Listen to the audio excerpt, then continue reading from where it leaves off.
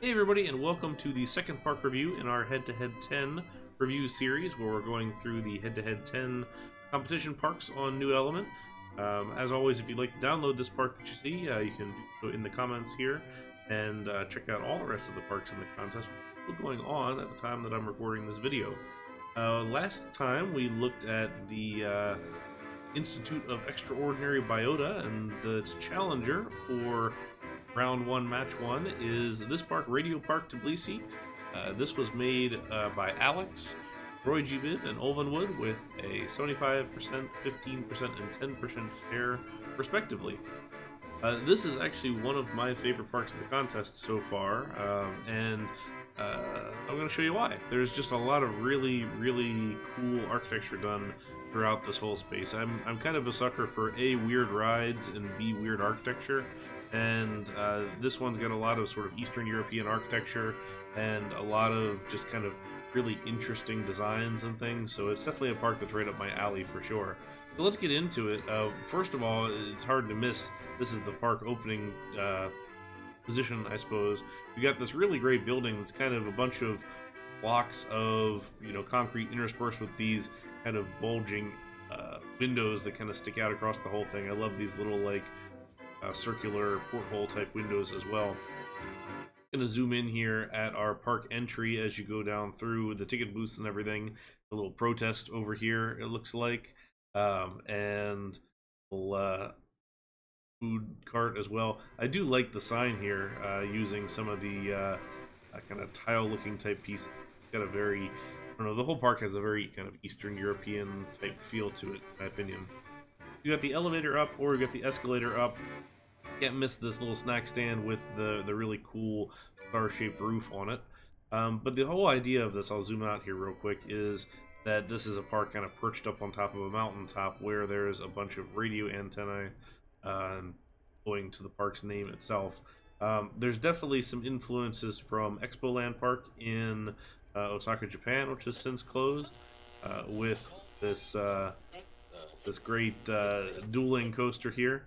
You might have heard that in the background too. I kept the music volume a little bit high perhaps, but the music for the rides here are interspersed by radio transmissions, which I think is a really fun custom audio thing.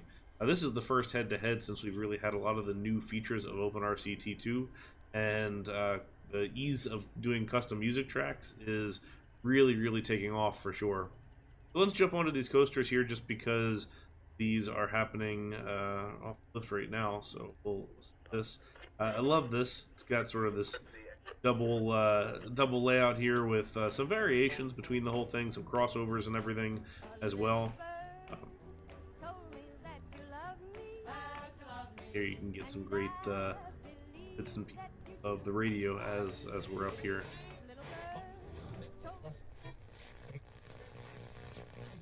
Static and crackles and everything else. Love this little dive underneath the pathway while this one goes on the other side of the trench. They cross over at the end, utilizing some of these new track pieces as well, which is very nice too. This one's called frequency modulation, and this one's amplitude modulation, so clever in general. So you come up off of the park here with a really cool structure here that's got the carousel underneath of it, using the supports for the coaster, which, by the way, are very cool. They're using the RMC track to stack right here, which I think is pretty neat. Turn our camera here as we get to some of the small rides that you would expect, and pretty cool building here with a lot of the half diagonals, a big tower on top of it. Just the architecture in general is really, really kind of clever and cool. Very sort of space agey 70s 80s-ish architecture, which I think is kind of neat. The log flume here just wraps the whole way around this park. There's actually quite a bit of it. Get the crackle of the radio kind of coming in and out. Love the tunnel here as well as it goes through. Nice detail with the tunnel, showing some of the flashing lights that carry on through the whole thing. But loading over here, you've got a lift hill that kind of meanders all the way around through here to a pretty big drop through this kind of porthole. Reminds me of Tokyo Dome City right there, and then wrapping the various rides and attractions, also hanging off of the edge. This would be a pretty scary log flume in my opinion, because you're really kind of hanging off the edge here, presumably to a fairly long drop off of the mountainside below. Now this is a cool slide here with the different colors and the kind of pink, or sorry, purple and yellow and red, and nice little hack there as well. Same with the chair swing, swinging out over top of everything else. Again, that'd be pretty scary, I would imagine. This helicopter ride is cool. You don't see a huge amount of these, and I always do like seeing rides that are not terribly common, so that's a good one right there. Our space shot here, just kind of a standard shot. But Pulse, another radio-themed name. This playground's super cool. I love the radio tower play area here with the slide and everything, and then the base backdrop on the wall. It's very cool.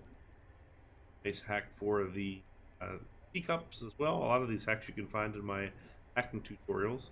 This is another rare ride that you don't see terribly often. It's the suspended monorail that goes fairly far around the park as well. The beefy supports too, which I always kind of like to see. Love that it doesn't change height throughout the whole thing. It's very fun the whole, and they've slowed it down quite a lot, which is good because regular one is too fast. There's a couple little games and things. I love the signage throughout. There's a lot of really good signage that you'll see, and just sculptural components is sort of the thing that wins a lot of points for me too. Like this guy right here, this kind of hanging off of the edge of this, got this nice wave form going down the staircase here on the exit. Jump around on this side too, and we have the Wild Mouse with great station, really cool structure here. Love the name on the side here from the lighter colors filtering down to the darker colors. Wild Morse, which I think is clever. Also the Morse code here, .. I'm sure it stands for something, but I'm not going to look it up right now. Big Ferris wheel here on the side. Very clean too. I do love the nice curves here. I think these are new pieces too, because I have not necessarily seen one as clean as this, I don't think. Usually it ends up being kind of choppy throughout. But this is a very cool structure too, with these hexagonal little bits and pieces of the building itself. You can take the escalator all the way up to the top here, where we get into some of the higher up things, like this really giant radio mast, as well as all these other ones, and the whole thing. There's a big bungee looking ride right here as well, and then there's this building here at the very corner, which I really love. Super cool use of the half diagonals, regular diagonals, and some curved elements, as well as these kind of big pillars here. Really interesting design, sure. And then also you can pick up as well the funicular railway that goes from here all the way up to the top here, with this great station that's got the Radio Park Tbilisi logo here on the corner in that same sort of tile work. This funicular, and here you can see it, a custom ride from last head-to-head, I believe. But you can really get a sense of how much elevation change there is when you look at where this started and where it finished. And it's just one continuous long climb the whole way. Pretty impressive, in my opinion. There's a lot going on there. And of course, our large building here at the radio tower is where we've got some curved elements, a lot of these little pillars going throughout. We have our 93.5 FM on-air logo here with the microphone. Got the little DJ set going on here, I guess.